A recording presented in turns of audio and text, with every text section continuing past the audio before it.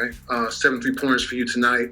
Several are coming behind the 3-point line, far lately for you, man. Distance-wise, just how is that shot helping you expand your game? And do you think your opponents respect your 3-point shot out there? On the opponents, I ain't really, me, I ain't never really looked at that. So I always had confidence in my shot. I always believed I could shoot. Just making shots now, I guess. LaMelo, when James Borrego said, he said there were some concerns when they initially started scouting you, but then they went out to LA and they noticed that confidence that you had when they went out and saw you. And he said, I'm not worried about it anymore. It's just there's a confidence about him. I'm just curious, did anyone ever try to change your shot? And did you deflect that and say, or did you always stick? Man, definitely. It's a ton of stories, for real. Everywhere I went, they usually try to change my shot. But like I said, I always stick with it myself. I said, this is how I shoot. I'm confident in it. Feel good letting it go. I mean, came here, they low-key try to adjust it a little, but I was like, this is how I shoot. So pretty much my whole life just stuck with it. Let's go to Nick Carboni. LaMelo, during that draft process, I mean, how big of a focus was three-point shooting for you, and how big was that visit that they paid you where you were able to shoot in front of them and to kind of convincing them that they should pick you? I wasn't really too big on it. Like I said, I always believed I could shoot. I always felt I could shoot. So I was pretty much just working on my game. And then when they came, it was pretty much like another workout, just working on my game. And then they saw it, make shots. That's how that went.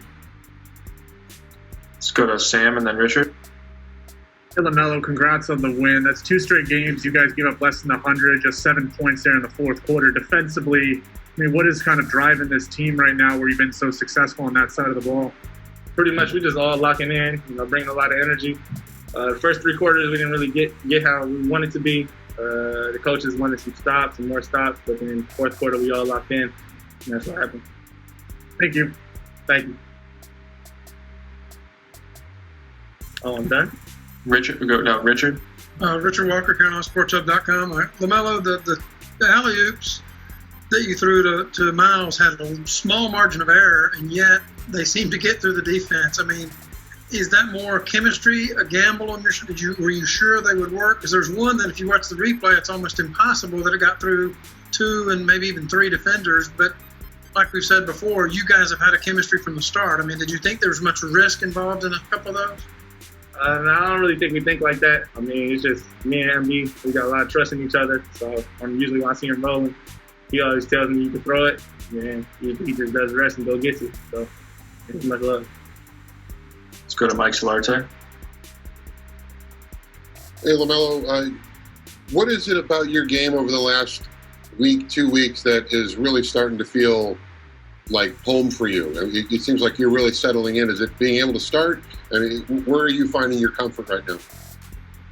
Just as time goes on, I'm playing more basketball. I mean, getting into it. I mean, we had a long break with COVID. Now it's a new year. Instead, we're still playing, so now I'm just kind of getting the rhythm.